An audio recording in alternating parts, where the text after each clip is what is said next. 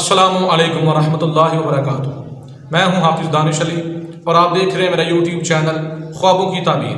उम्मीद करता हूं सभी खैर वाफियत से होंगे। अल्लाह तबारक व तआला आपकी दुआओं को, दिली मकासद को पूरा फरमाए। अल्लाह तबारक व तआला आपकी मुश्किलात को आसान फरमाए। आमीन सुम्मा आमीन या रब्बुल आलमीन। आज हम बात करेंगे ख्वाब में अपना या किसी और का निकाह देखने के हवाले से, शादी को देखने के हवाले से।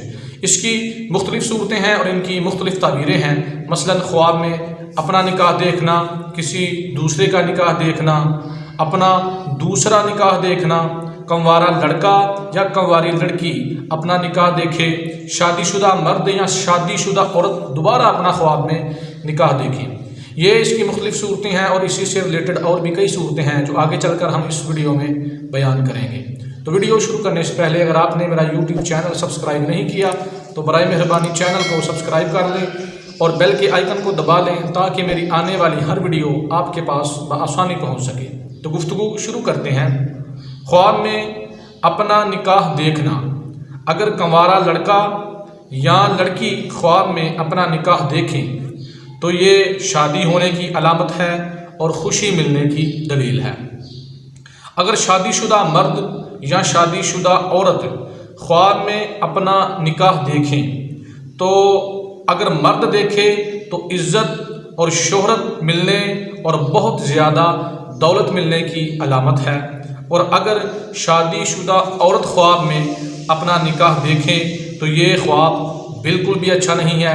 ऐसा ख्वाब देखने वाले को चाहिए कि सदका व खैरात करे, अल्लाह तबारक व तआला की हम्द व सना करे ताकि जो ख्वाब का बुरा असर है वो ज़ाइल हो जाए। ख्वाब में अगर औरत ख्वाब में देखे कि उसका दूसरा शोहर है लेकिन शादी नहीं देखी, डायरेक्टली शोहर को देखा और तस्लीम कर लिया, तो ये ख्वाब अच्छा है। ये इज़्ज़त, शरफ़ और माल के ज़्यादा होने की दलील है। ख्वाब में किसी और का निकाह देखना रहमत, बरकत और ख़ुशी मिलने की अलामत है। ख्वाब में बाज़ उलमा इकराम ने ख्वाब में निकाह को देखने के हवाले से 5 वजहें बयान की हैं। नंबर 1 बुज़ुर्गी, नंबर 2 माल का बढ़ जाना, नंबर 3 आराम और राहत पाना, नंबर 4 शादी, नंबर 5 खुशी।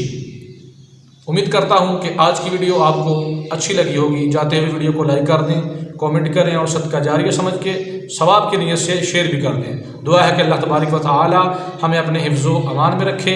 अल्लाह तबारक व तआला हमें तमाम जहां की खुशियाँ अता फरमाए। वमा अलैना इल्लल बलागुल मुबीन।